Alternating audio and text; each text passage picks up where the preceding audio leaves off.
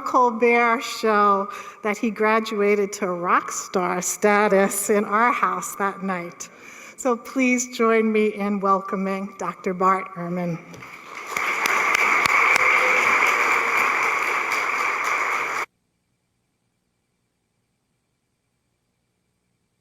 Well, thank you. Thank you all for coming out. It's a pleasure to be with you. Does this sound all right? Sound okay? It's echoey here, but that's how it happens sometimes. So,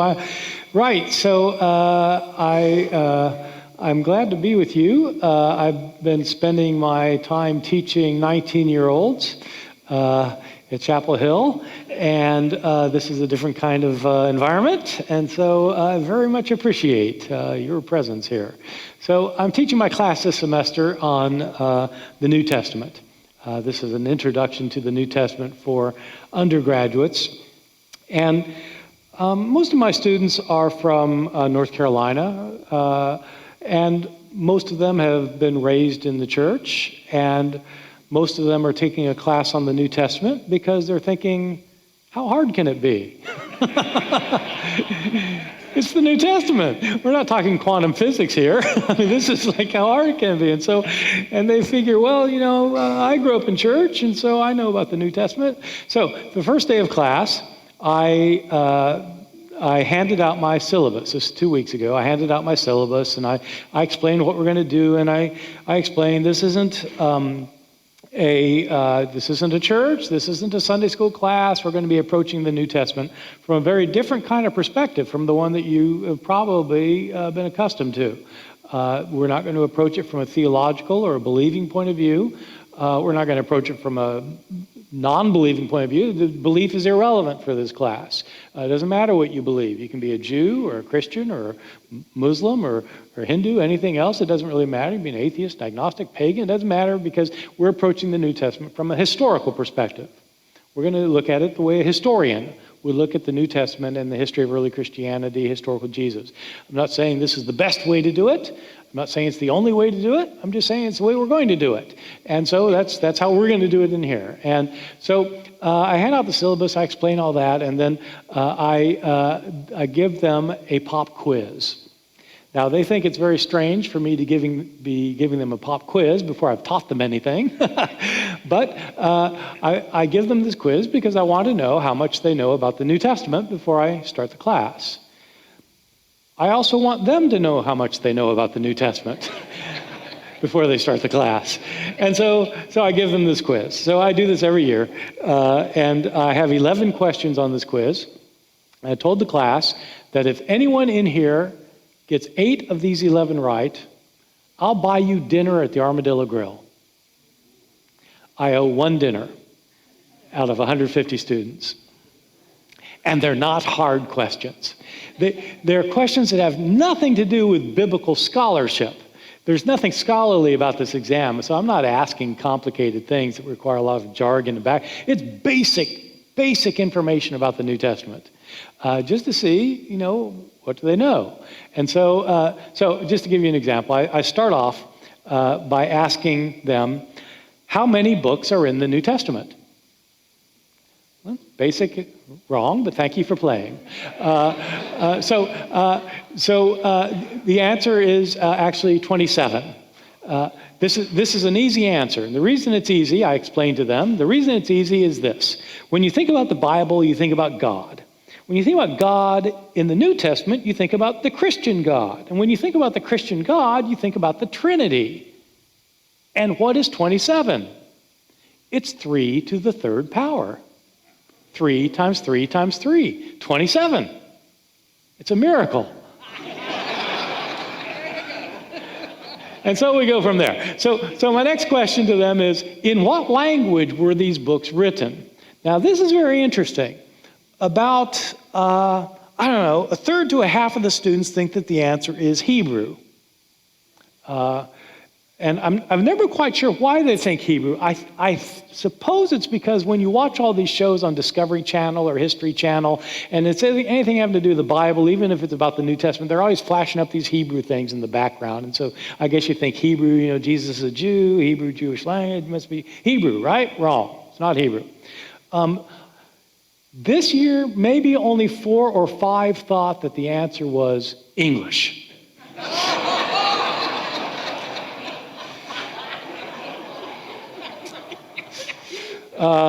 Right. So the answer to that one is Greek. The New Testament was originally written in Greek. And so I explained to them that in the Roman Empire, Greek was the lingua franca. It was the language people spoke, so that educated people in the Roman world learned Greek. Just as today, if you go to Europe, it doesn't matter whether you're in France or in Italy or in Germany, you can get by on English. Well, back in the Roman Empire, you could get by on Greek. And so that gives me a chance to talk to them about Alexander the Great and how the Roman world became influenced by Greek culture. So I'm using this quiz in order to teach them a few things that are kind of basics about the New Testament. Now, I do throw in a few curveballs on this exam because I don't want to buy any dinners.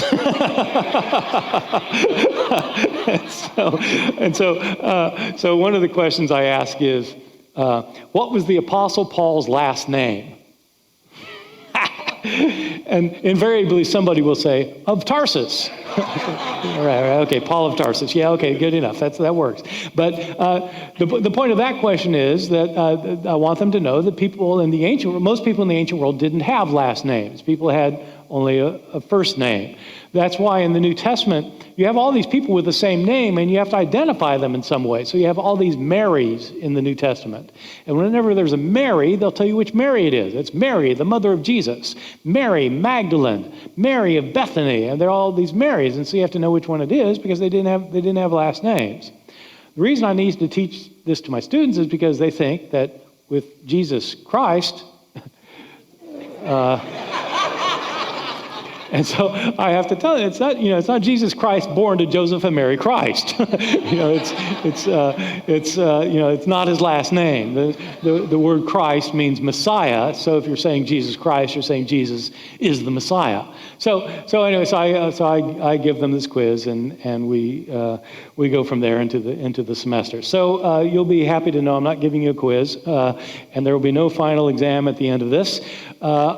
I'm talking about an issue that I think is one of the fundamental issues for the New Testament and also for the history of Christianity, and I would argue for the history of Western civilization, what I'm talking about are the next 3 periods. The 3 lectures are focused on the question of how Jesus became God. Now, I'm not asking that in a theological sense. I'm not saying like how did the man Jesus really become God. I'm asking how is it that people came to think of Jesus as God? How in people's understanding did the man Jesus come to be understood to be a divine being? And in this lecture, I'm not saying that he wasn't a divine being. I'm not saying that he was a divine being. I'm approaching this just from the historical point of view. When did people start saying he was God, and why did they say that? And what did they mean by it? As it turns out, different people meant different things by it. So you might think that if you say Jesus is God, there's only like one option for what that means. Wrong. As you're going to see, there are lots of options. So what I want to do in this lecture is start at the very beginning with Jesus himself. And my question is, did Jesus call himself God? And even more than that, did Jesus think he was God? My answer is going to be no. I think the answer is no. Now, that has no bearing on the question of whether Jesus was God. If you think that Jesus was God who became a human being, then you have to think that he limited himself in some ways to become a human being if he's really a human being. And one of the ways he could limit himself is in his knowledge. Of course, my students at Chapel Hill think Jesus is God. And for them, they might say that Jesus was a human. They don't really think Jesus was a human. They think when Jesus was an infant, he could have spoken Swahili if he wanted to. I mean, because he's God, so God can do anything, right? But the traditional Christian doctrine of Christ is that he became a human, which means he limited. So he may well not have known he was God if he was God, if he's a human. So I'm not denying that Jesus is God. And so my personal beliefs I'm trying not to let them enter into this. I'm interested in this lecture in the question, did Jesus call himself God? And so this will take the whole lecture, and I'll lecture till I finish, and then I will take questions.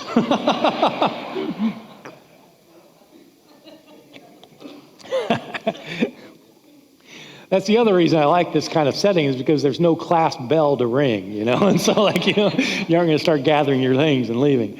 You're stuck for the duration here. So did Jesus call himself God? Here's an outline of what I'm going to talk about. First, I'm going to talk about Jesus in the fourth gospel. Matthew, Mark, Luke, and John. The fourth gospel is the Gospel of John. And in the Gospel of John, it is quite clear in the Gospel of John, Jesus thinks of himself as God. It's unambiguous, I think, that Jesus' divinity is clear in the Gospel of John, and Jesus declares himself to be divine in the Gospel of John. Now, the clearest evidence of this is one I'm not going to put up as one of my examples, but just so you understand the clearest evidence of this, that it's actually in John chapter 15, verse 1. This is irrefutable, I think. It's where Jesus tells his disciples, I am divine, you are the branches.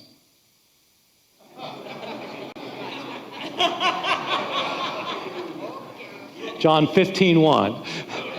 Quite clear, unambiguous. Jesus is divine.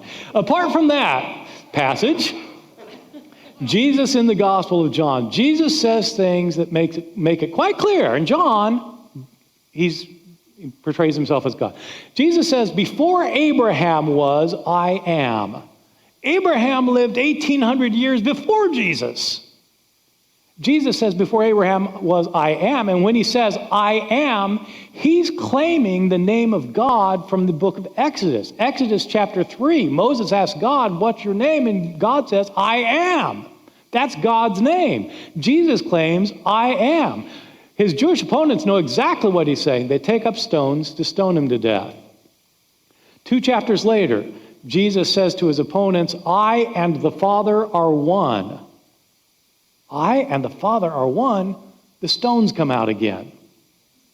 Whoever has seen me has seen the Father. If you've seen me, you've seen the Father. These are exalted claims. He prays in chapter 17, Father, glorify me with the glory that I had in your presence before the world existed. He was with God before the world existed in glory. And finally, at the end of the gospel, doubting Thomas sees that Jesus has been raised from the dead, and he says, my Lord and my God. There is no doubt in the Gospel of John, both that Jesus is understood to be God and that he understands himself to be God. And so what's the problem? If you're asking, did Jesus think of himself as God? This is clear as day. He says he's God, right? Well, that's right. In the Gospel of John, he's portrayed as calling himself God. But I'm not asking whether he's portrayed as calling himself as God in the Gospel of John, which he is. I'm asking, did the man Jesus himself, the man who was walking around in Galilee, did he actually call himself God, or is John putting these words on his lips? Did the man actually call himself God, or are these words put on his lips? There is something very interesting to notice that many people have never noticed. We have 3 other Gospels in the New Testament, Matthew, Mark, and Luke. These 3 Gospels were all written before the Gospel of John. They are based on written sources or oral sources that we can somewhat reconstruct. Scholars can reconstruct the sources on which the synoptic Gospels, Matthew, Mark, and Luke, are based. They're called synoptic Gospels because these 3 Gospels can be they tell so many of the same stories that you can put them in columns next to each other and you can read the same stories because they tell the same stories, so you can see them together. The word synoptic means to be seen together. Matthew, Mark, and Luke are synoptic gospels. They tell many of the same stories, and they're based on written sources that you can somewhat reconstruct. In Matthew, Mark, and Luke, Jesus does not call himself God. None of these sayings from the Gospel of John is in Matthew, Mark, or Luke, or in any of their sources. And all of those written sources about Jesus' words were earlier than the Gospel of John. That's very odd. Think about it for a second. Suppose you were a gospel writer in the early church and you're writing an account of Jesus, and everybody knows that Jesus called himself God. Would you leave that out? Like, that part isn't important enough to mention? That he thought he was God? Jesus doesn't call himself God in Matthew, Mark, or Luke, or their sources. How is that imaginable if, in fact, they knew that he called himself God? They just, neglected to bring that part up? That's why scholars wonder whether the Gospel of John is historically accurate or not. I'm not saying that, I'm not denying its theological usefulness or its religious value. I'm simply asking, is it historical? And I think the answer is no. I think the Gospel of John is having Jesus mouth the words that explain the understanding of Jesus that the author of John had. John has put words on his lips, I think.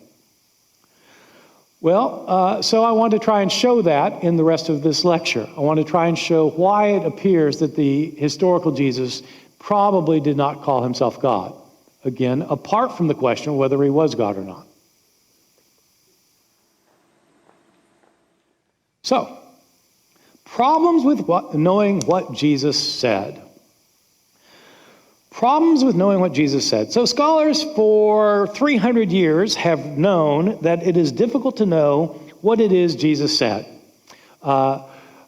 Megan told me earlier that you've had Marcus Borg here with you. I hope some of you heard Marcus Borg. Marcus was a member of a group called the Jesus Seminar. He probably talked about the Jesus Seminar here because it's hard to get him to talk about anything else sometimes. Marcus loved being part of the Jesus Seminar.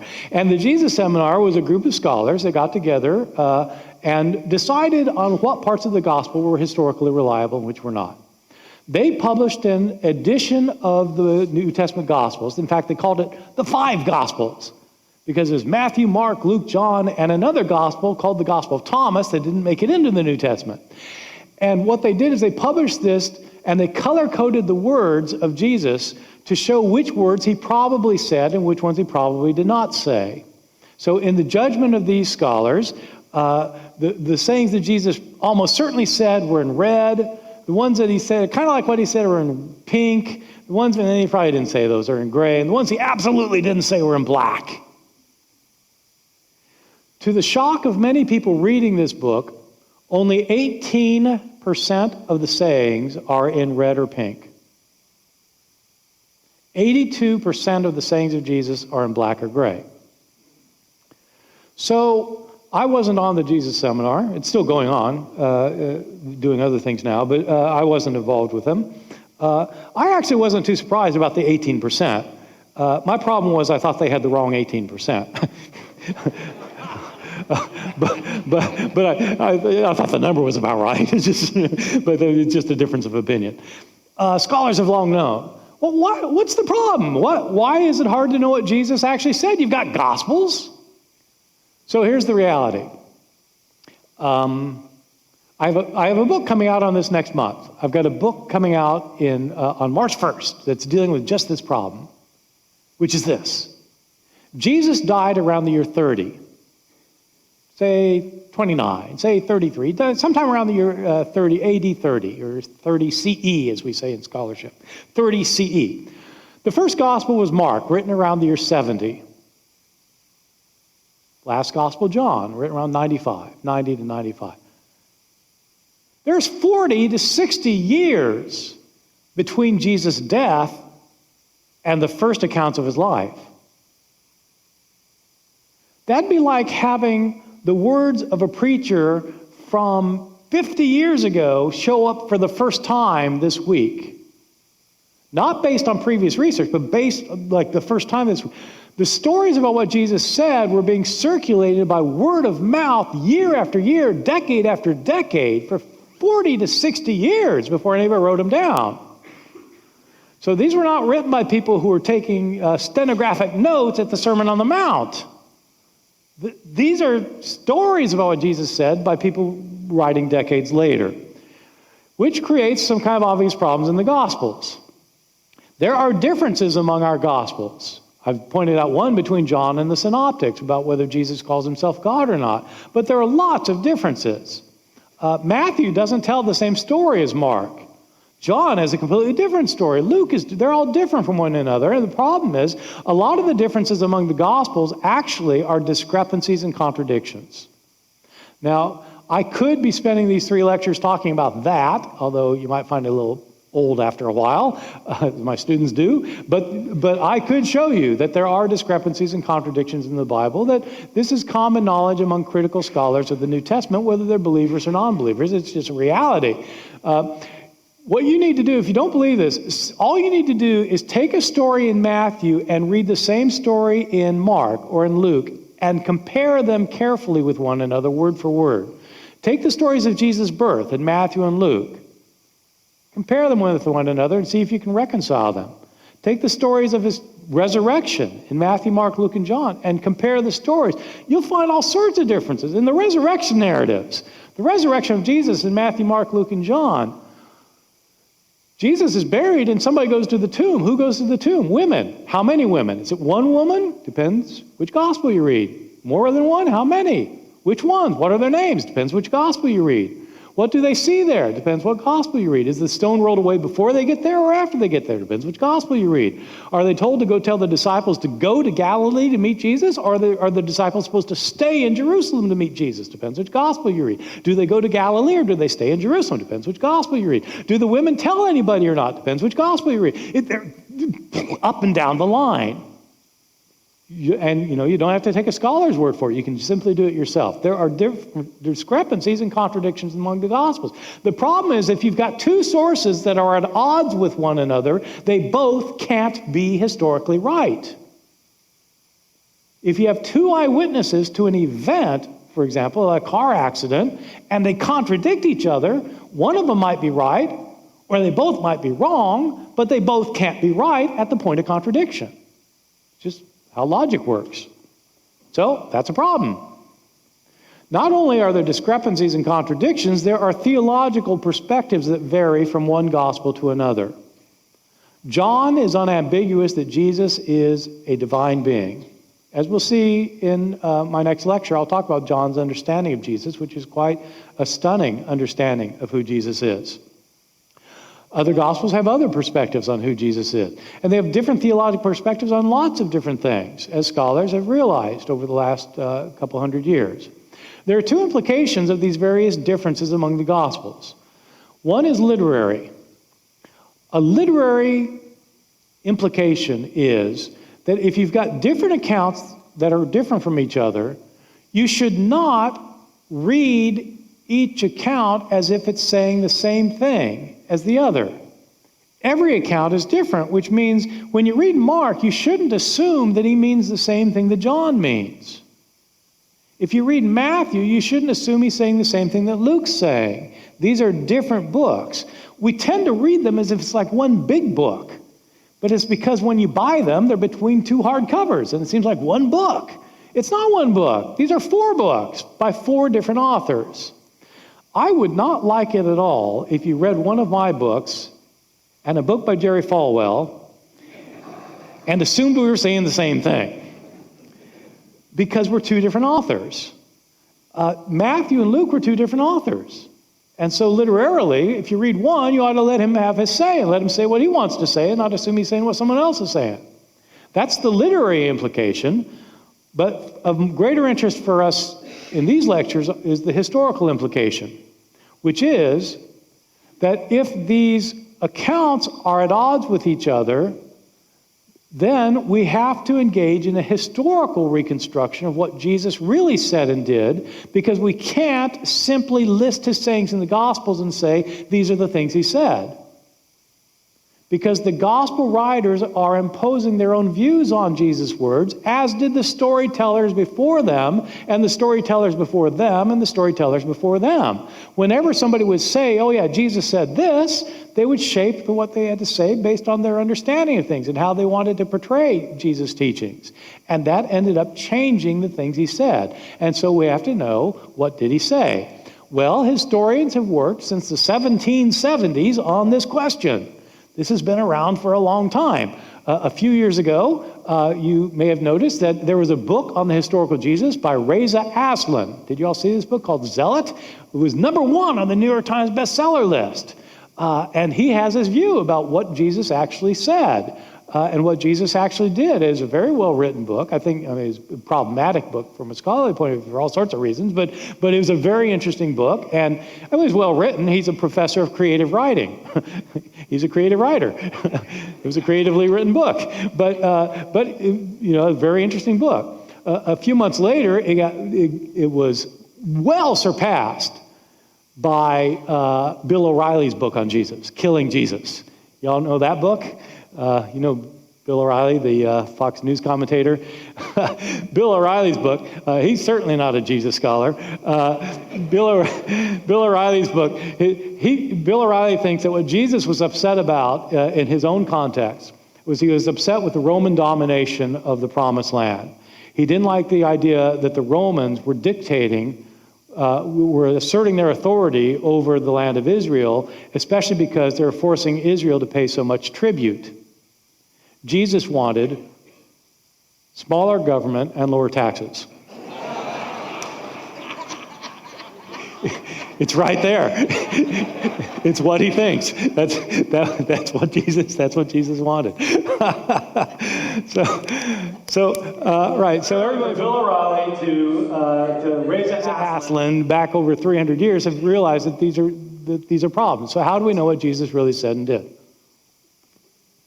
So I'm not going to spend a lot of time talking about a historical method for how we go about doing this. I'm simply going to lay out for you a very common view among scholars about what scholars for over 100 years have said about who the historical Jesus was and what he said. This view I'm going to lay out was first popularized by none other than Albert Schweitzer. Now, when I say that to my students, their eyes glaze over because they've never heard of Albert Schweitzer. But Albert Schweitzer, you all know about him for having won the Nobel Peace Prize and for being a medical missionary in Africa. You probably know that before that he was famous. Before that, he was a concert organist in Europe. He was also a philosopher. He had a PhD in philosophy. His most famous book, though, was his book, The Quest of the Historical Jesus. This was a book that he published in 1906 in German. Von Reimarus zu Vrede, it was called. From Reimarus to Vrede was the name of the book in German, but it's in English, The Quest of the Historical Jesus. This was a survey of what everybody had said about Jesus up to his own day, what every critical scholar had said about the historical Jesus up to Schweitzer's own day, in which he showed that what everybody else had said up to that time was wrong. And then he showed what he thought was right. This was arguably the most important book written on the New Testament in the 20th century. Schweitzer was amazing. So you might not know this about Schweitzer. Schweitzer wrote this book while he was in medical school, studying to be a physician.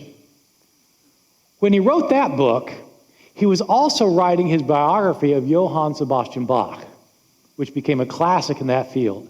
At the same time, he was writing his book on pipe organ construction in France and Germany, which became a classic in that field. He was doing all these three books at the same time while he was studying to be a physician.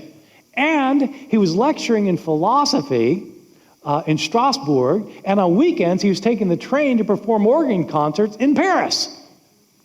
So when I think about a life like that, I think, I can't really be like that because he didn't have ESPN. It's like he didn't have the same things to distract him. There's just no Super Bowl or anything that he had to worry about. So that's why he could get so much done. So Schweitzer was amazing, but his book on the historical Jesus was a phenomenal book, and it changed how scholars looked at Jesus. And nobody agrees with Schweitzer's specific details of his reconstruction anymore. But the basic idea that Jesus is best understood as an apocalyptic prophet continues to be held by the majority of critical scholars today. So let me explain what I mean. Jesus, the apocalypticist. The word apocalyptic is a modern word. It's not an ancient word. It comes from an ancient word, apocalypsis, an ancient Greek word. Apocalypsis means a revealing, an unveiling, a revelation. So apocalypse is the Greek word that the Latin word revelation would stand for. So in the New Testament, you have the book of Revelation, which, by the way, does not have an S on the end. It's not revelations, it's revelation. I tell my students that if anybody in my class says revelations, they will be cast into the outer darkness where there's weeping and gnashing of teeth. This is a hobby horse. So the book of Revelation, or sometimes called the Apocalypse of John. Why is it called a revealing or an unveiling? Apocalypticists believed, Jewish apocalypticists believed, God had revealed to them the heavenly secrets that could make sense of earthly realities. To them had been revealed the heavenly secrets that could make sense of earthly realities. There were a lot of Jews in Jesus' day who were what I'm going to be calling apocalypticists. I'm going to explain exactly what they thought here in a second. But there were a lot of Jews who understood, who were apocalypticists in Jesus' day. He wasn't unusual. This is one of the hardest things it is for my students to get to understand, is that Jesus was not unusual in his day. The point of view he had, the basic religious point of view he had, was a view that was common in his time. Of course it was. He was talking a language that people understood. Well, they understood apocalyptic thinking. This is what apocalypticists thought. First, apocalypticists, Jewish apocalypticists, were dualists. Jewish apocalypticists believed that there were two fundamental components of reality. Now, there are many people who still think this, so I'm not saying this is like an old-fashioned view. It started with Jewish apocalypticism, though. Two fundamental components of reality. There are the forces of good and the forces of evil. Forces of good, the forces of evil, and they're in constant battle. God, of course, is over the side of the good. The devil is over the side of evil. It's in the period when apocalypticism started coming about 150 years before Jesus is when people started thinking this way. That's when people started talking about the devil. When you read the Old Testament, there is no devil. The Old Testament was by and large written before all this thought came into being. The devil, the personal enemy of God who's opposed to him and his people, came about in Jewish apocalyptic thinking. God has his angels, the devil has his demons. God has the power of life. The devil has the power of death. God has the power of righteousness. The devil has the power of sin. Sin and death in apocalyptic thinking are not simply human phenomena. Sin is, for Jewish apocalypticists, sin is not simply something you do that's wrong. It's not like when you cheat on your taxes, or when you are mean to somebody. It's not just an act of transgression against God. Sin for an apocalypticist is a cosmic power that's in the world that is trying to enslave you. There's a demonic force out there that is stronger than you that's trying to force you to do its will. That's why sometimes you think, I know the right thing to do and I just can't stop myself. Why can't I stop myself? I've never had that feeling myself, but I hear that some people have. And those who have are being influenced by the power of sin. So death isn't just what happens when you stop breathing or your brain stops working. Death is a power that's trying to enslave you. When it gets you, it annihilates you. It's a demonic force in the world. There are demons in the world and forces of evil, and there are forces of good. So this is a dualistic way of looking at things, and everything and everybody is on one side or the other.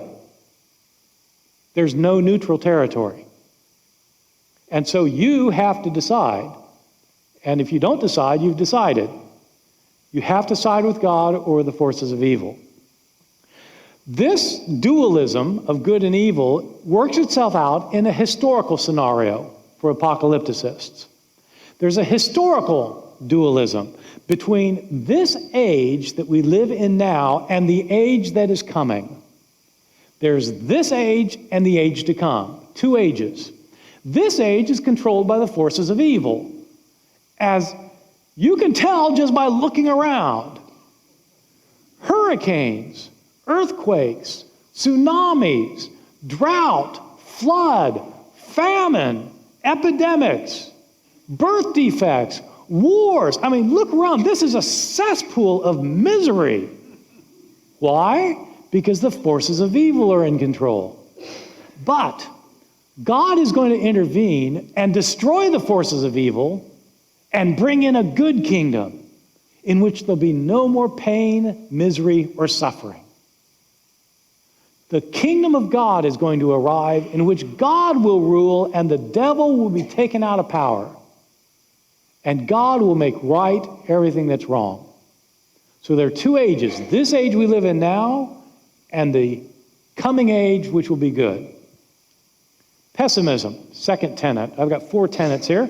Second is pessimism. Jewish apocalypticists were not optimistic about the possibilities of life in this world. You're not going to make things better. Look, you can't prevent the flooding. You've got no control over El Nino. You've got no control over famine. You've got no control over drought. You can't control it. These things are bigger than you. You have no control over the power of sin. You don't have any control over the power of death. It's going to get you. You have no power over these things, and you're not going to acquire power because these things are more powerful than you. This age is going to get worse and worse and worse until the end, when literally all hell breaks out. So don't think that you can make things better by putting more teachers in the classroom or more cops on the beat or by raising taxes or by cutting taxes or doing whatever your political agenda is. I mean, you can do whatever you want, but it's just going to get worse. So they were pessimists because the powers in control of this age are more powerful than us. But they believed in ultimate vindication. God is going to vindicate himself. God created this world, and he's going to redeem it. He's not going to let it go on forever. God will redeem this world by destroying the forces of evil at the end of this age. Different Jewish apocalypticists had different ways of understanding how that was going to happen, but many of them thought there's going to be some kind of cosmic battle at the end of this age, in which God sends some kind of savior from heaven, a great figure who will destroy the forces of evil to bring in God's kingdom. Sometimes this figure is called the Son of Man, a human-like angel being who comes from heaven to destroy the forces of evil. Sometimes they thought about a coming Messiah who might be a heavenly figure, might be a human figure, a Messiah figure. I'll say more about Messiah later, who would destroy God's enemies and set up God's kingdom. But it's going to happen. And this vindication that's going to happen, when God delivers the people on his side and destroys those against him, when that happens, that will happen not only to people who happen to be alive at the time. The judgment is going to apply even to people who have already died. Jewish apocalypticists were the ones who started thinking that the dead will be raised. Throughout most of the Hebrew Bible, throughout the Old Testament, you don't have any idea of a resurrection. Most ancient Israelites thought either that when you die, whether you're good or bad, you go to Sheol, this kind of shadowy existence that everybody goes to when they die, or they thought that you cease to exist. This life is all you have, that's the end of the story. That's taught in the book of Job, for example, in the book of Ecclesiastes. There are Israelites who thought that. So the idea that there's going to be a resurrection is an apocalyptic thought. The idea is that God's vindication is going to apply not only to the living but also to the dead. God is going to raise people from the dead to face judgment. Those who have sided with him and suffered as a result will be rewarded. Those who have sided with the forces of evil and prospered as a result are going to pay an eternal punishment. You yourself are going to be raised from the dead. Don't think that you can side with the powers in charge of this world and become rich and powerful and influential and then die and get away with it. You can't get away with it because God's going to raise you from the dead. You're going to face judgment, and there's not a sweet thing you can do to stop him. A future resurrection. So, this is when resurrection became a topic in Jewish thinking with the rise of Jewish apocalypticism. When's all this going to happen? I mean, look, things are pretty bad now. I mean, how much worse can they get? I mean, how many more famines can we have? How much more flooding? How much more drought? How many more epidemics? I mean, this is as bad as it can get, right? When is the end going to come? For Jewish apocalypticists, the end was imminent. It is right around the corner. How soon is it? Truly I tell you, some of you standing here will not taste death before they see that the kingdom of God has come in power. The words of Jesus, Mark chapter 9, verse 1. Or as he says in Mark chapter 13, truly I tell you, he's talking to his disciples, truly I tell you, this generation will not pass away before all these things take place. Albert Schweitzer argued that Jesus was an apocalypticist. He thought the world was controlled by forces of evil, but that God was soon to intervene to destroy those forces of evil and bring in his good kingdom on earth. When Jesus talked about a kingdom of God, he wasn't talking about what happens to your soul when you die. It's not that you die and your soul goes to heaven. No. In Jesus' teaching, there's going to be a resurrection of the dead, and it's going to come very soon when God intervenes. So that was Schweitzer's view, and I'm not going to go into the details of specifically how Schweitzer worked it out through the Gospels, because today scholars don't agree with his specific outworking of this view. But I will say, give a kind of a common view among scholars who think that Jesus was an apocalypticist, among whom I number myself.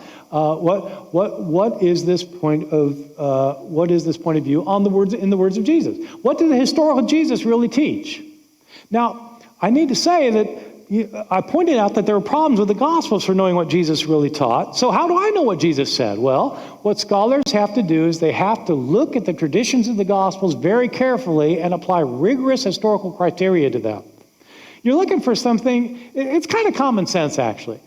So you've got all these Gospels, and these Gospels are all based on earlier sources. And so what you want to do is you want to see, are there sayings of Jesus that are kind of similar to each other that are found in sources that didn't depend on each other, that are independent of each other? It's like, if you're trying to get an eyewitness to a crime, if you got a bunch of eyewitnesses that didn't collaborate with each other, that all say the same thing, well, that's good. So you look for lots of sayings that are kind of in scattered independent sources. And you look for sayings of Jesus that do not coincide with the perspectives of the people relating the sayings. That sounds weird, but it's like this. Suppose you've got a trial and somebody's on trial for a crime, and his mother, who loves him deeply, is on the witness stand, and under cross-examination, she says things that are incriminating. You can trust that she's probably telling the truth at that point, because she wouldn't want to say those things, but she feels that she's got to. Well, those things you're pretty sure she's right about. See what I'm saying? So if you've got historical sources that say things that are contrary to their own interests, those things are probably authentic. So there are criteria like that historians use, and you go line by line, you go word by word through the Gospels, and this is what you end up with in 5 minutes or less. So Jesus, throughout the Gospels, preaches that there is a coming kingdom of God. This is a dominant theme throughout Matthew, Mark, and Luke. It can be summed up in the earliest recorded words of Jesus. The first thing Jesus is recorded as saying in Mark chapter 1, where Jesus comes out of the wilderness, and he says his first words, where he says, "The time has been fulfilled, the kingdom of God is at hand. Repent and believe the good news." What does this mean? The time has been fulfilled. That's an apocalyptic image. This age we live in now has a certain amount of time allotted to it, and the time has been filled up. In other words, we're at the end now. The kingdom of God is almost here. It's at hand. Get ready for it. Repent and turn to God, believing that this good kingdom is about to arrive. Believe the good news. That is the essence of Jesus' teaching. It's the first recorded words, and I think it captures what his ultimate message was. How's the kingdom going to come?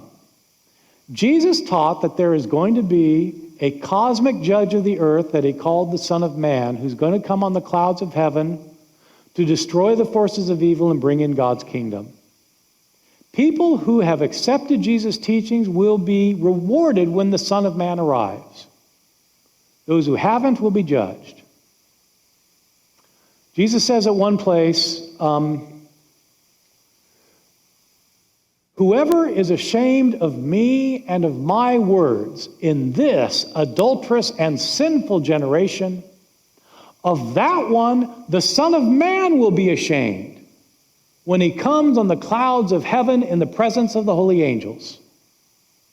Mark 8:38. I think this is something Jesus said. Jesus talks about the Son of Man a lot in the New Testament. This is a very complicated field, but I have to say this, that many of the sayings that Jesus says about the Son of Man, we're not sure he really said those things. A lot of times when Jesus talks about the Son of Man in the Gospels, it's clear he's talking about himself. The Son of Man has nowhere to lay his head. He's talking about himself. The Son of Man must go to Jerusalem and be rejected by the scribes and elders and be crucified and then raised from the dead. He's obviously talking about himself. The question with every saying of Jesus in the New Testament is not, is that in the New Testament is something Jesus said? The question is, did Jesus really say it?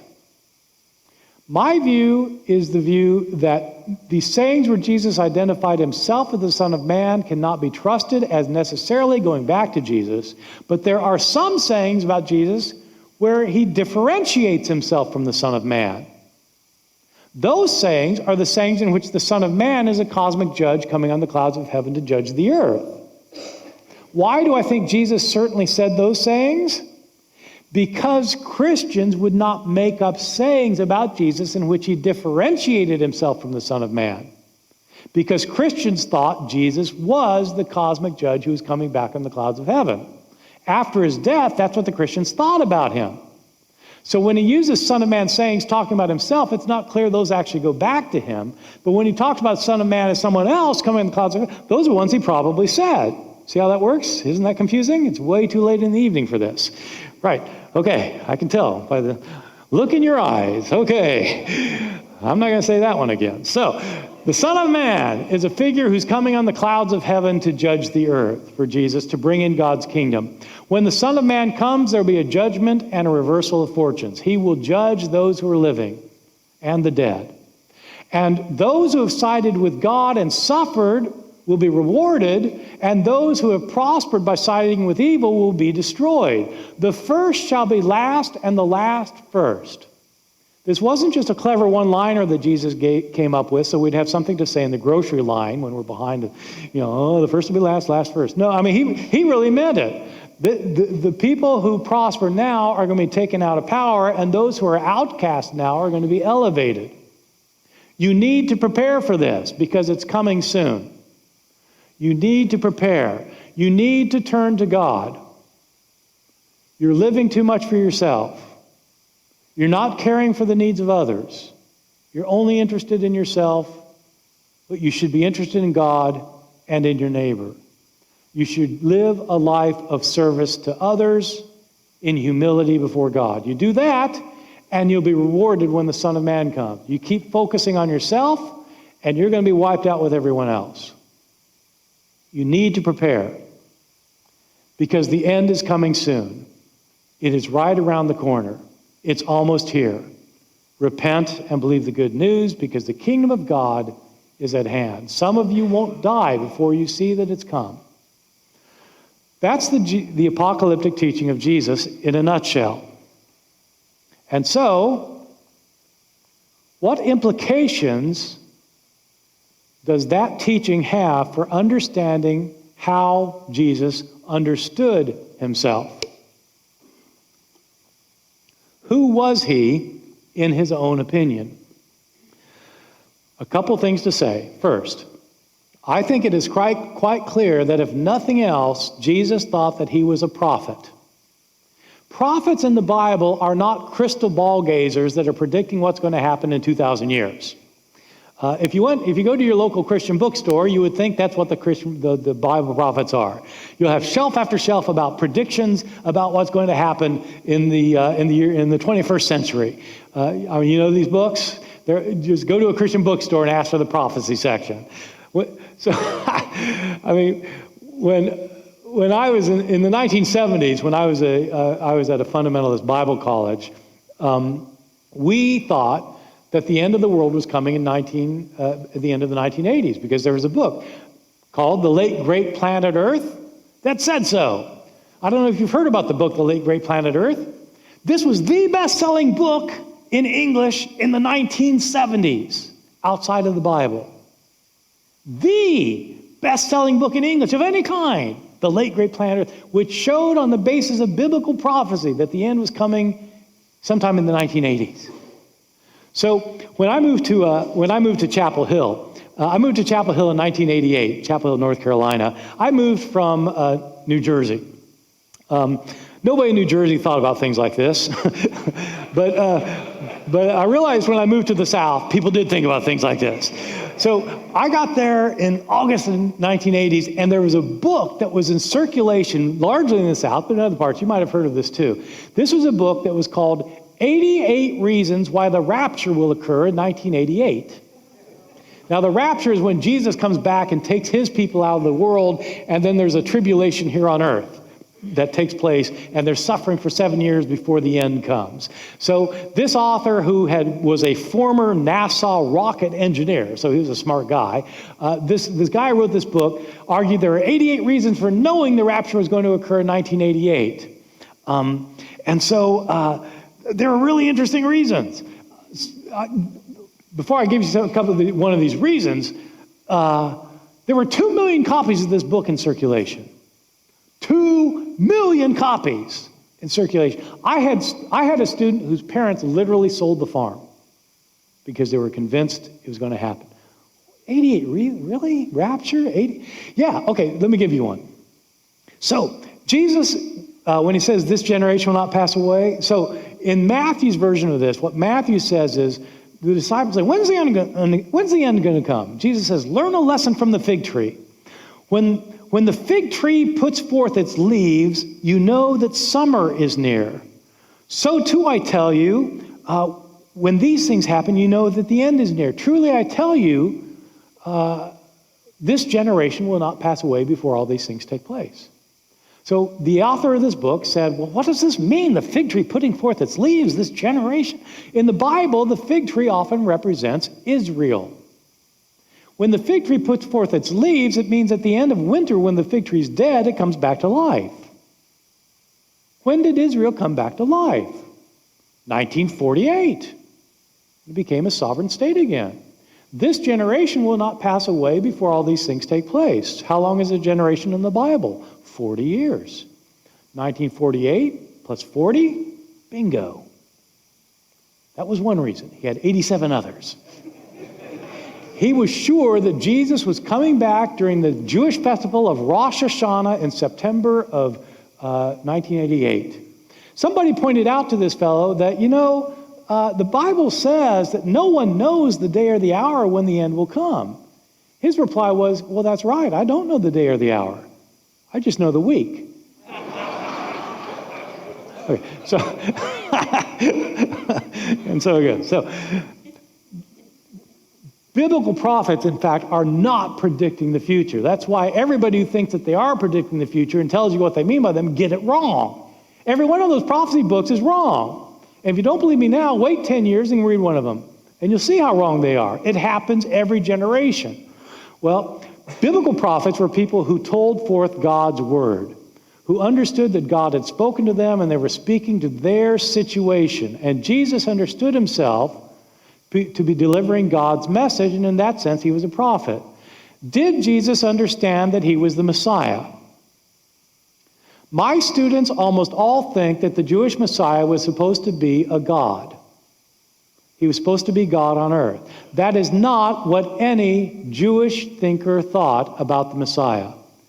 The Jewish Messiah was not a divine figure. The Jewish Messiah was a human figure.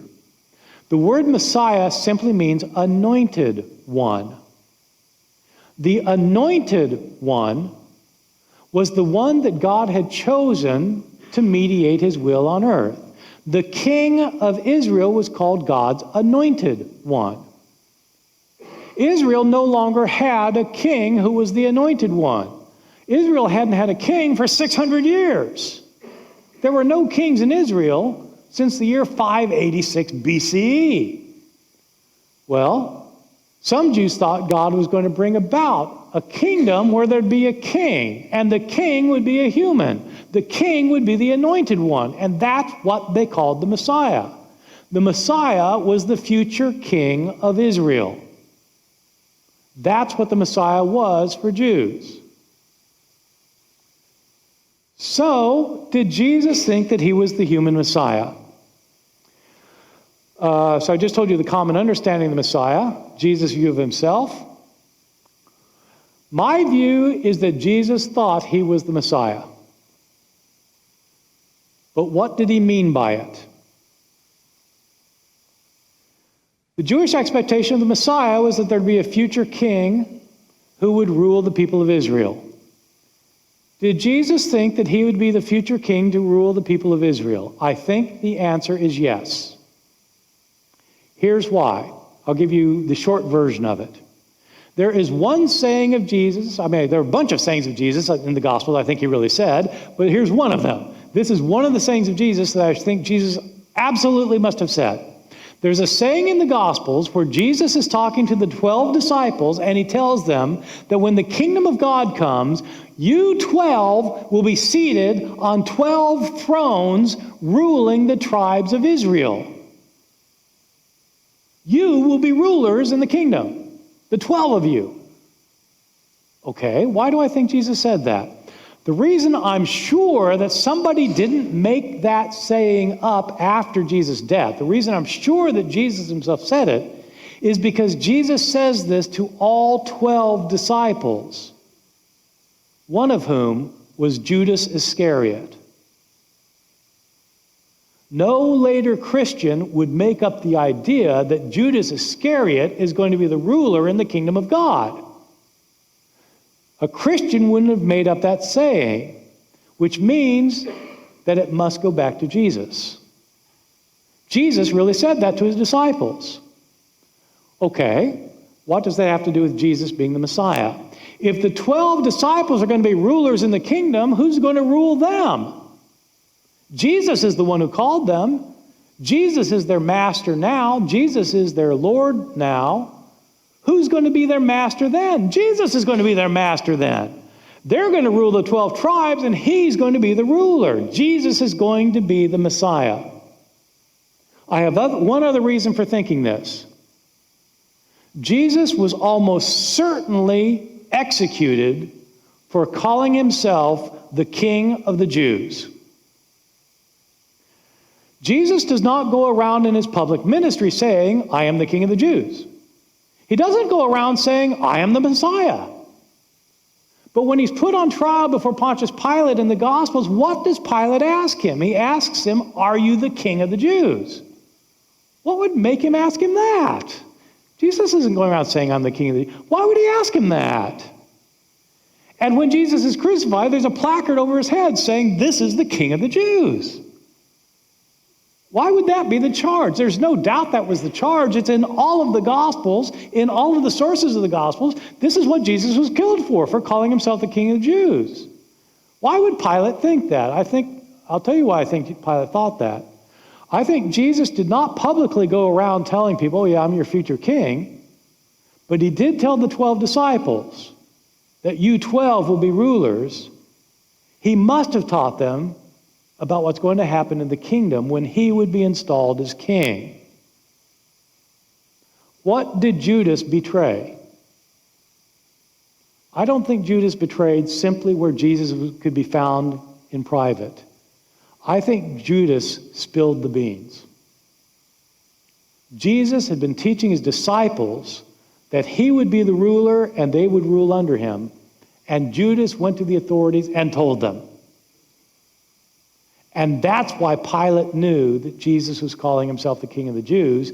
And when he accused Jesus of it at his trial, Jesus couldn't very well say no, because he thought he was the future king of the Jews. And so they killed him for it. It makes sense of everything. It makes sense of Jesus' teaching. It makes sense of Judas's betrayal. It makes sense of Jesus' execution. Jesus thought of himself as the Messiah. Did he think of himself as the crucified Messiah? I don't think so. I don't think Jesus was planning to die. I think Jesus expected that the Son of Man was going to arrive and he would be installed as king. Because of that belief, he ended up getting crucified. And the disciples afterward started developing the idea that the Messiah had to be crucified, that the Messiah had to suffer. And that was the beginning of Christianity. That's where I'm going to pick up next time. Thank you.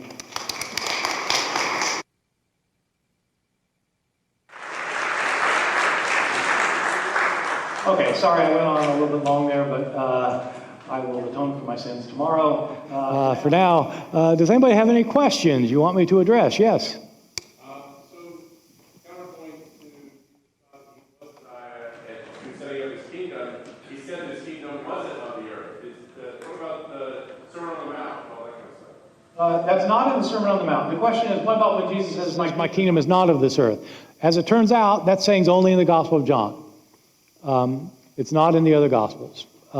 It's found in the scene where Jesus is on trial before Pilate in John chapter 18 and 19. And it's a very interesting scene.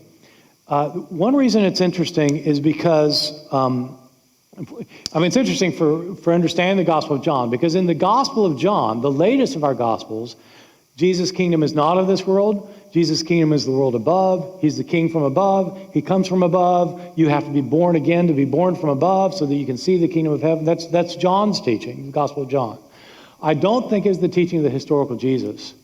And that saying in John that my kingdom is not of this world is interesting for another reason, for historical reasons, which is in the Gospel of John, unlike Matthew, Mark, and Luke, Jesus' trial before Pilate is just with Pilate.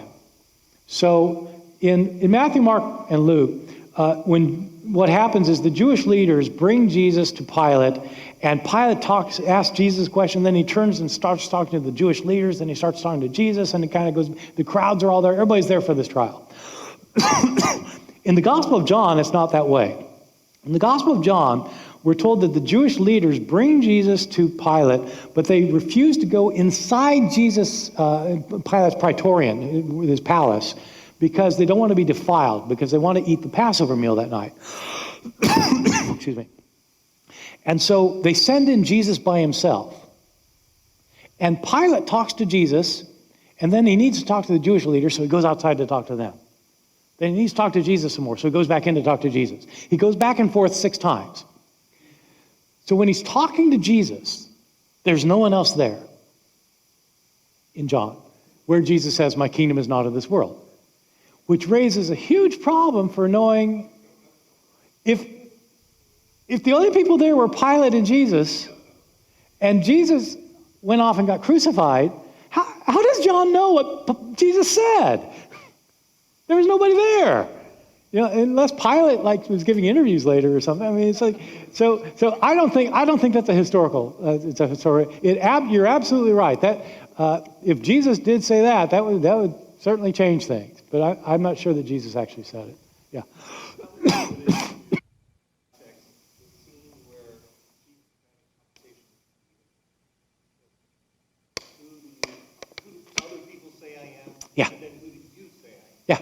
Yeah. So he's asking about the conversation he has with Peter that's first recorded in the Gospel of Mark, chapter 8.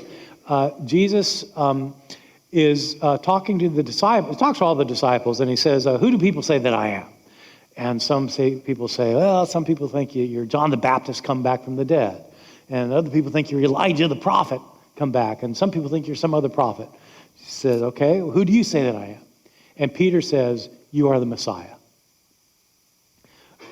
And it's interesting how Jesus responds. Jesus responds by saying, don't tell anyone. Wow. Next thing he says, so this is in the Gospel of Mark. So realize, as a New Testament scholar, every time I'm telling one of these stories, I'm doing two things.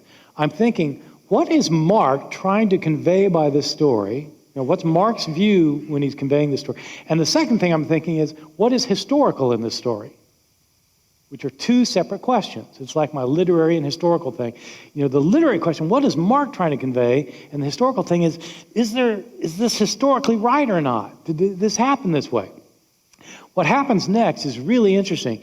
Jesus then starts saying that he has to go to Jerusalem to be rejected and crucified and raised from the dead. And Peter says, no, Lord, that can't happen to you. And Jesus replies by saying, get behind me, Satan. So what in the world? It's such an interesting account for all sorts of reasons. One reason it's interesting, if you know, Mark's gospel is a fantastic gospel. It's my favorite gospel. The first 8 chapters of Mark, it's quite clear that Mark understands Jesus to be the Messiah, the Son of God.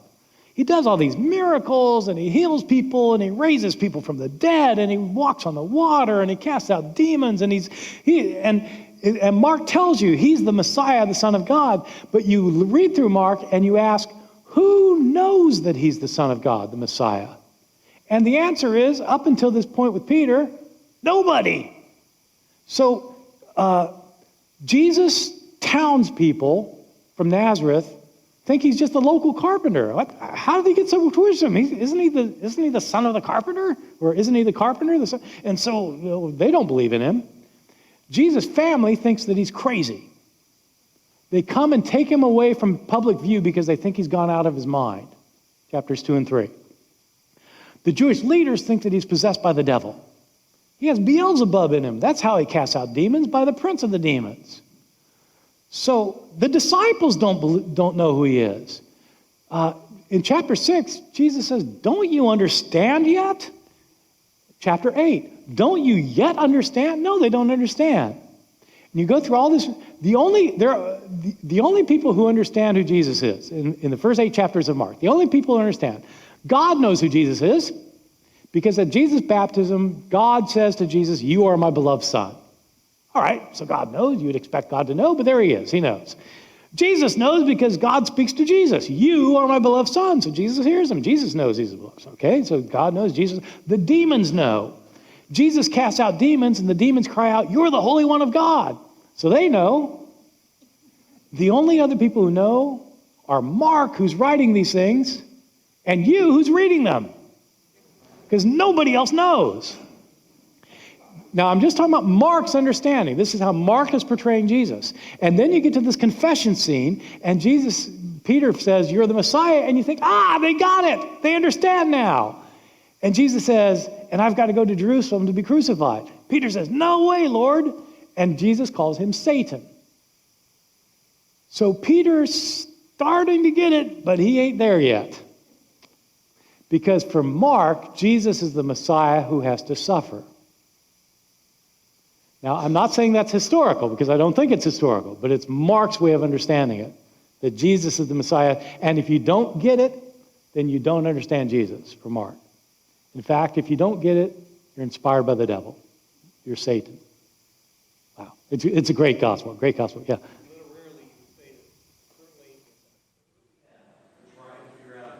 Yes. Mark's entire gospel was a literary attempt to explain. Mark has a really difficult situation in front of him. Mark is the first gospel to be written. The author of Mark thinks that Jesus is the Messiah, and the author of Mark knows that Jesus got crucified. Those two things are contradictory in Jewish thinking. If you get crucified, by definition, you're not the Messiah. The Messiah is supposed to be the king. The Messiah is supposed to be the one who overthrows the enemy. The Messiah is the powerful one of God. Was Jesus the powerful one of a man who got crucified? He's been humiliated and tortured to death. That's God's chosen one? Are you kidding me? If that's how God shows love on somebody, what does he do to his enemies? Man got crucified. There's no Jew on earth who would think that a crucified man could be the Messiah. Mark had to explain how it is that Jesus could be the Messiah if he got crucified. And that's what the whole gospel ultimately is about. It's absolutely right. Yeah. Yes?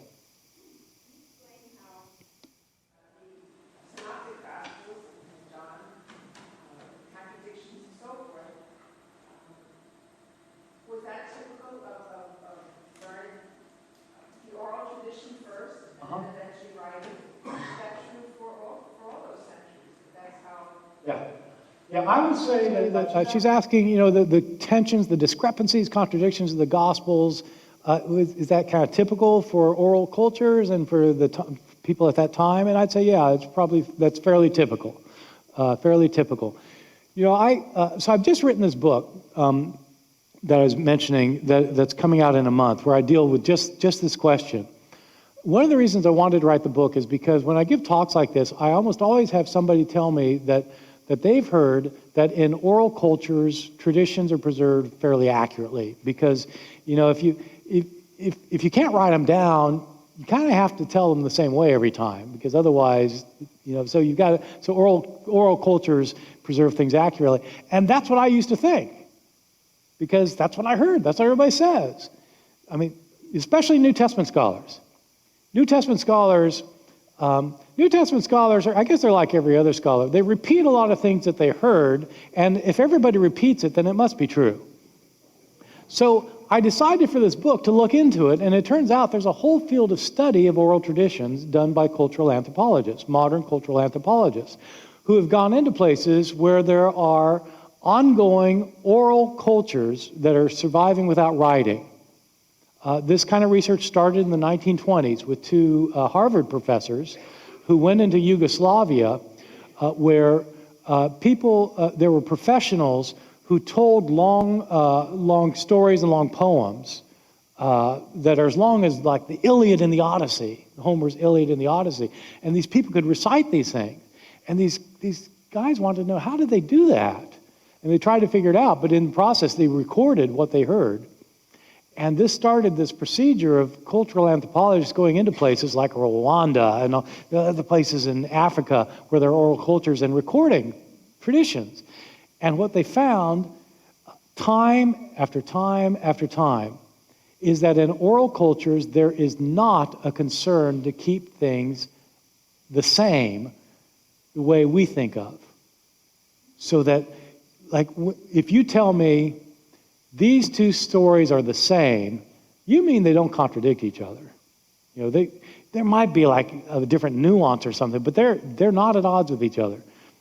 These oral cultures, you'll have somebody tell a story or recite a poem, and the next week they'll recite the same poem and they'll say it was the same. And by recording it, the cultural anthropologists will show, in fact, this one was twice as long as that one, with all sorts of themes not in that one, and differences from that one. It's like, so this is just what happened. So the problem is, here's what happened. Here's what happened historically. People who developed writing realized that you can check sources. In an oral culture, you can't check a source. All you can do is hear it again. Then you got to remember how you heard it the first time, but you've got to remember it because there's nothing to check. In written cultures, they develop ways of checking, and so we developed the idea that things ought to be the same. There ought to be consistency. That's a concern in written cultures, but it's not a concern in oral cultures. So when the gospel stories, the stories about Jesus were being circulated by word of mouth, they simply didn't have this concern. That's why you have all these differences. So the problem isn't that they're unusual. The problem is that they're what you would expect in this kind of situation. The problem is modern readers of the Gospels expect them to be something that they're not. That's the problem. Yes? A technical question.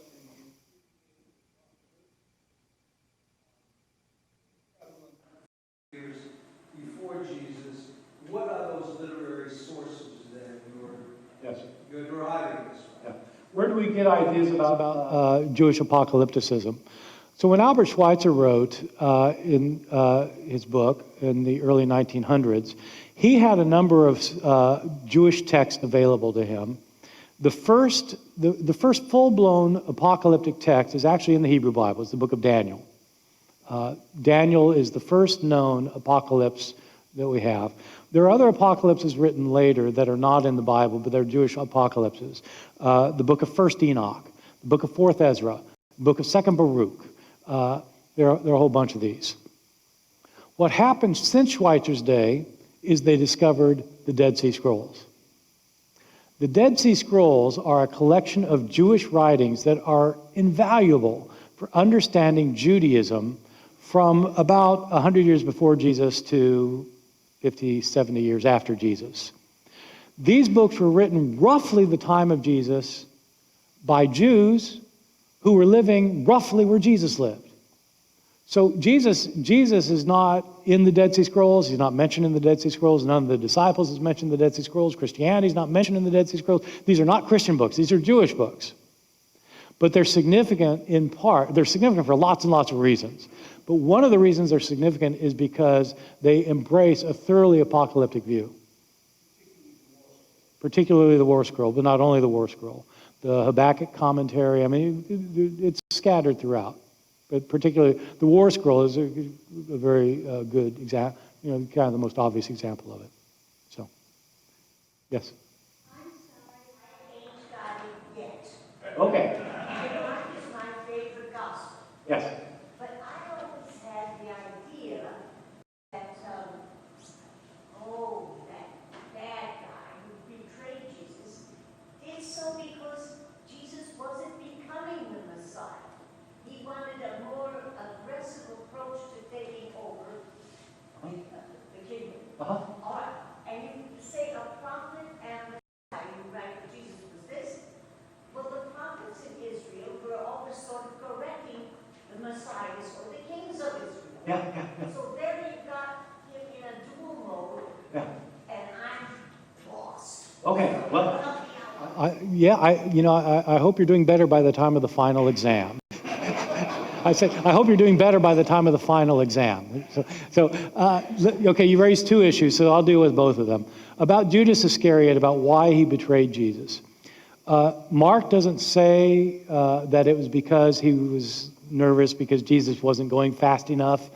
That is an explanation that some people have given. They try to understand why did Judas do it. In the Gospels, there are different reasons assigned for why Judas does it in the Gospels. In one Gospel, it's because he kept the money box and he pilfered from it and he wanted the 30 pieces of silver. That's one Gospel. Another Gospel says it's because he was that the devil went into him. The devil made him do it. Another Gospel says that it was because he was the devil. So the different Gospels have different explanations, but none of them have the explanations that some historians have thrown out. One explanation that historians have thrown out is what you're saying. Is it possible that Judas thought Jesus was the Messiah, he expected him to be the Messiah, and Jesus ended up not doing anything he thought the Messiah was supposed to do, and so he thought he'll force his hand. Like, if he turns him over, then he'll have to reveal himself, and people will come to his aid, and he'll set up his kingdom. So that's one explanation. But it's not an explanation found in any of the Gospels. Other people think the opposite. Other people think that Judas thought Jesus was the Messiah, and he wasn't trying to force his hand. He realized that Jesus wasn't going to do anything the Messiah was supposed to be, and out of disappointment, he turned him over because he's just angry at him. So that's another explanation. So we don't really know the answer to that one. Right. I forget what your second question was, though. It was about something else. Oh, yeah, prophet and Messiah. No, it's a great point. In the Old Testament, in the Hebrew Bible, the prophets are constantly critiquing the king. And so if the king is the anointed one, then isn't prophet opposed to the king? That's absolutely right throughout much of the Hebrew Bible. So what ends up happening is that messianic expectations develop over time. And so by the days of Jesus, there were different Jews who had different expectations of what the Messiah would be like. And they weren't just basing their expectations on what they read in the Bible, in the book of Isaiah or something. So there were some, what I outlined as the view of Jews that he was the future king, that was a dominant view among many Jews expecting a Messiah. Other Jews expected that he wouldn't be just a human king, he'd be like a cosmic judge of the earth. The Son of Man might be like a Messiah figure. Other Jews thought that the Messiah would be a great priest who would be empowered to interpret the law of God for his people. And there were people who thought the Messiah would be a prophet-like figure, in part depending on what's found in the book of Deuteronomy in the Old Testament. In Deuteronomy chapter 18, God calls Moses a great prophet, and he tells Moses that somebody else will rise up after you who will be like you. And so there was some expectation that there was going to be a prophet like Moses. And so sometimes Jesus is portrayed like a Moses figure. This fellow mentioned the Sermon on the Mount. So in Matthew's gospel, so here's how Matthew's doing Jesus.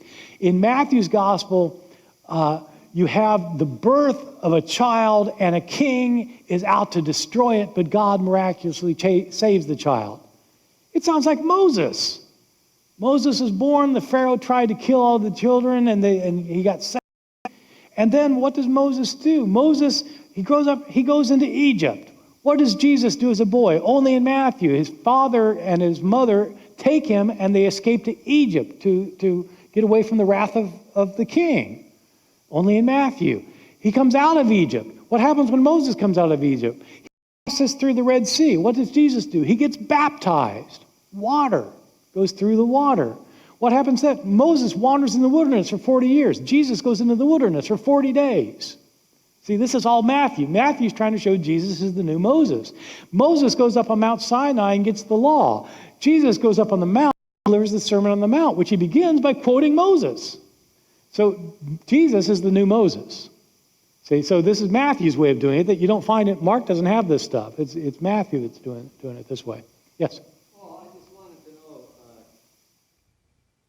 your opinion, Christianity has been a long time, and why nothing was done previously to the 20th century with regard to this kind of interpretation. Yeah, why didn't we have an interpretation like this before the 20th century? The first time you had scholars doing this kind of work was at the end of the 18th century. The first to do something like this was a guy named Reimarus, German scholar in the 1770s. Reimarus's view of Jesus was remarkably like the view of Reza Aslan in the book Zealot. Now, if you read Zealot, it sounded like Reza Aslan was coming up with this very inventive new way of explaining who Jesus was. This new way of explaining who Jesus was a way of explaining who Jesus was that was over 300 years old. But Aslan didn't acknowledge that part. I assume he knew it. I mean, he's not a New Testament scholar. But my question is why? Yeah, I'm getting to that. Yes, I'm getting there. I'm getting there. Right. So starting in the 1770s, you started having scholars approach the Bible from this point of view. So why not earlier? Why not in the 13th century? And the reason is because of the Enlightenment. The Enlightenment was a movement that swept through Western Europe in the 18th, 19th centuries, where people started understanding the world differently. It's kind of like saying, why weren't there quantum mechanics in the 13th century? Why weren't they building nuclear bombs in the 13th? It's because science was predicated on different grounds back then, and they didn't have the same ways of understanding the world then that they had now. The Enlightenment changed not only science and not only our abilities in technology, it also influenced the way we dealt with texts and the whole discipline of history. The writing of history didn't exist before the Enlightenment. And so you can't have a historical approach to the Gospels until you have the phenomenon of history. And so that's why. It's because the understanding of the world that we inherited through the Enlightenment, that all of us have, we are people of the Enlightenment. We believe in cause and effect. We believe in the theory of gravity. we have beliefs that people didn't have in the 13th century, and it's just because of the Enlightenment.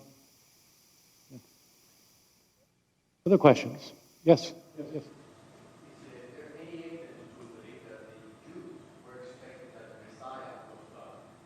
Is there any evidence to indicate that Jews thought the Messiah was God? Very little, but some. So I'm going to mention this in my next lecture. In my next lecture, I'm going to get to the question: if Jesus didn't think of himself as God, why did Christians start thinking that he was God? I'm going to talk about analogies from the ancient world in which other peoples, non-Christians, thought of a human being who could be God. You find this in Greek and Roman mythology and in Greek and Roman religion, but I'm going to argue that you also find it in Judaism. Judaism, strangely enough, we don't expect this. I didn't expect it when I started doing my research, actually, on this book some years ago. I didn't expect this, but I found out that it's absolutely true. There were Jews who thought that human beings could be gods. And one of the persons who is called God in the Old Testament is the King of Israel. What? Yep. I mean, it's weird, and when you read it, your eyes gloss over it, but it's right there. Thy throne, O God, is forever and ever. Press to the King of Israel. The Lord said to my Lord, sit at my right hand till I make your enemies a footstool for your feet. To my Lord. There are passages, I'll talk about some of them tomorrow, where the King of Israel, how could they think he was God? They knew he was a man. Yeah, but ancient people had different understandings. This is why I said at the beginning that if somebody says Jesus is God, it's not clear what they mean. There are lots of options. You could think that a king that you knew as a human was also, in a sense, a divine being. I'll try to argue that tomorrow. So to that extent, it's imaginable that somebody could think of the Messiah as a divine being. Nobody thought that he was like God, the creator of the universe. But, even in the Gospel of John, in the Gospel of John, when Jesus says, I and the Father are one, and the Jews take up stones to stone him to death, he says, why are you stoning me to death? Why do you want to stone me to death? They said, because you're a man and you're calling yourself God. And Jesus quotes the Bible. He says, haven't you read the scriptures where God says, you are gods? He's quoting the Bible, where the Bible talks about human beings as divine beings. Now, it doesn't mean that they're God Almighty, but they're divine beings. So in the ancient world, this is another part of my lecture tomorrow, which maybe I don't need to give now. In the ancient world, people understood that, one mighty God, but below that there are other divine beings. We might call them angels, for example, or archangels, or something else, but ancient people had no trouble calling those other beings divine beings or gods. And the Messiah could in theory be classified there. Yeah. Any other questions? Yes.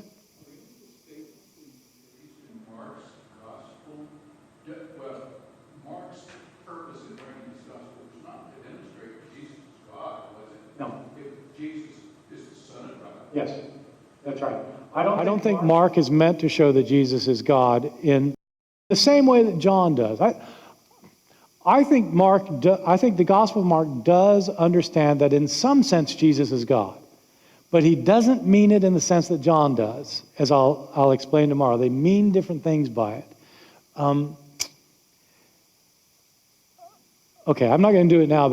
That really is my lecture tomorrow. But I think Mark does understand that Jesus is the Son of God. That's absolutely right. Because at the baptism, God says to Jesus, you are my Son, my beloved Son, in whom I'm well pleased. He's the Son of God. But what does that mean for Mark? I think it does mean that Jesus is divine in some sense. But what makes him divine? And how is he divine? And how can he be? The lecture I'm going to give on Sunday is, if Jesus is God and God is God, don't you have two gods? And you throw the Spirit in, don't you have three gods? So you're a polytheist, right? No, I'm a monotheist. I believe in one God. Well, which one? Yeah, well, God and Jesus and the Spirit. Those three. That's the one. What? So that'll be a lecture on the birth of the Trinity, how the doctrine of the Trinity came about. Yes?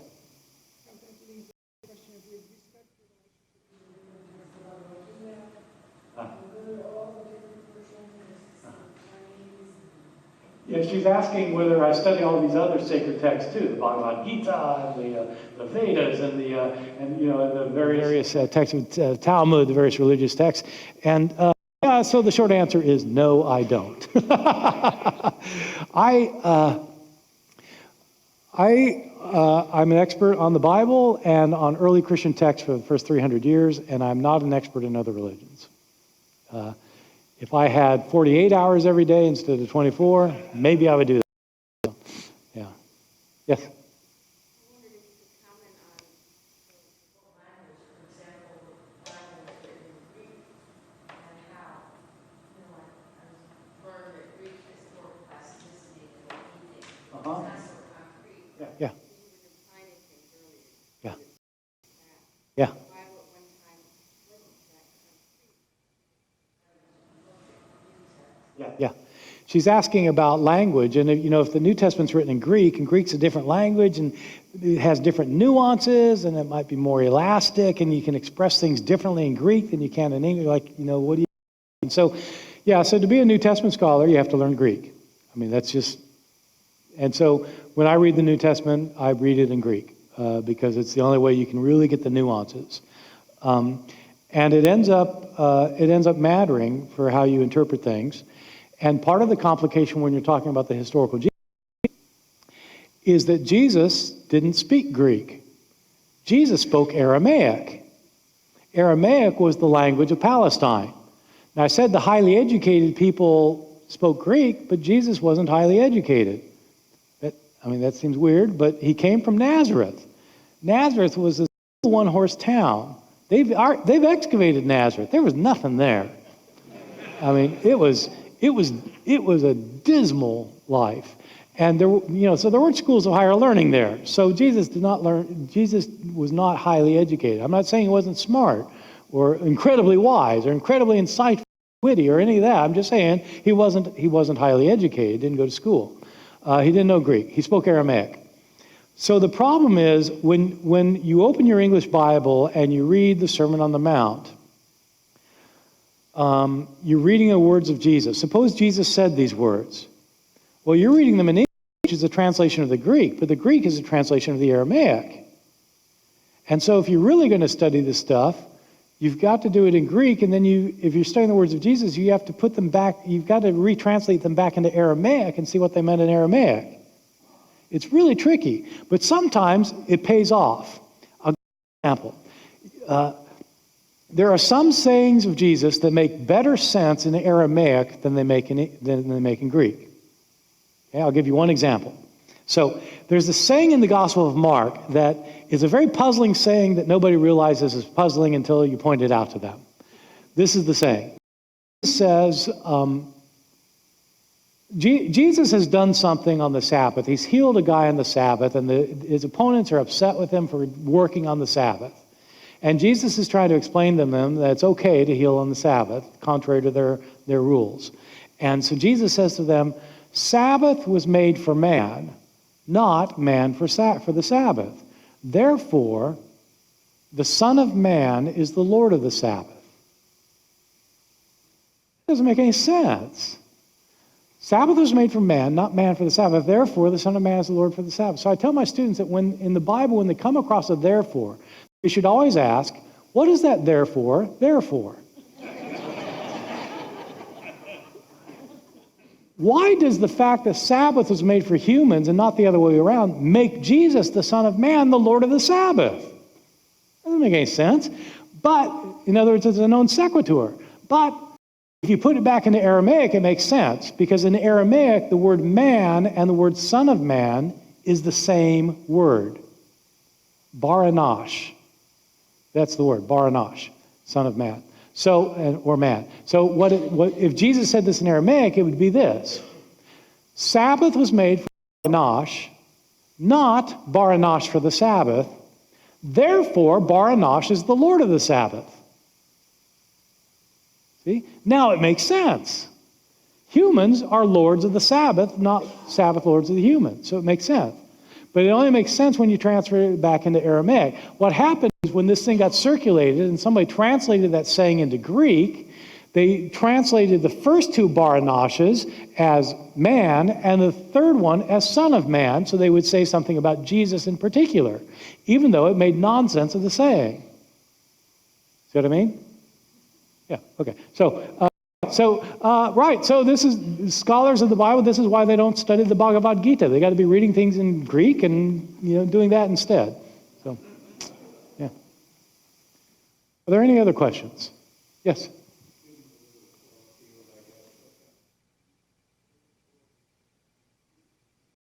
Yeah. And I do quite frequently refer to the five Gospels when I really feel like I need to know whether something actually goes back to Jesus or not. You do, yeah. And one of the things I was very disappointed that the Matthew 25 section goes to sheep and all that. Yeah.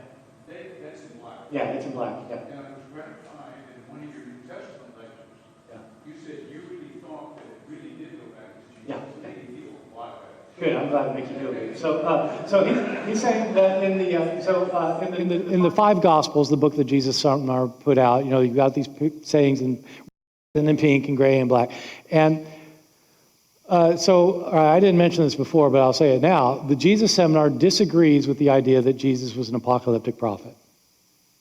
So the apocalyptic sayings of Jesus are in black. So it's like so counter to what I think, and counter to actually to what most scholars that work on this stuff. But anyway, that's the truth, and including this fantastic saying in Matthew 25, the parable. I don't know if it's a parable or teaching about the sheep and the goats that I think Jesus actually taught. So this is. Remember, this is how it goes. So Jesus says that when the Son of Man is seated on his throne, the nations will be gathered before him, and he'll divide them like a shepherd separates the sheep from the goats. So the sheep are on one side, the goats are on the other. And Jesus says to the goats, "Go off to your eternal punishment."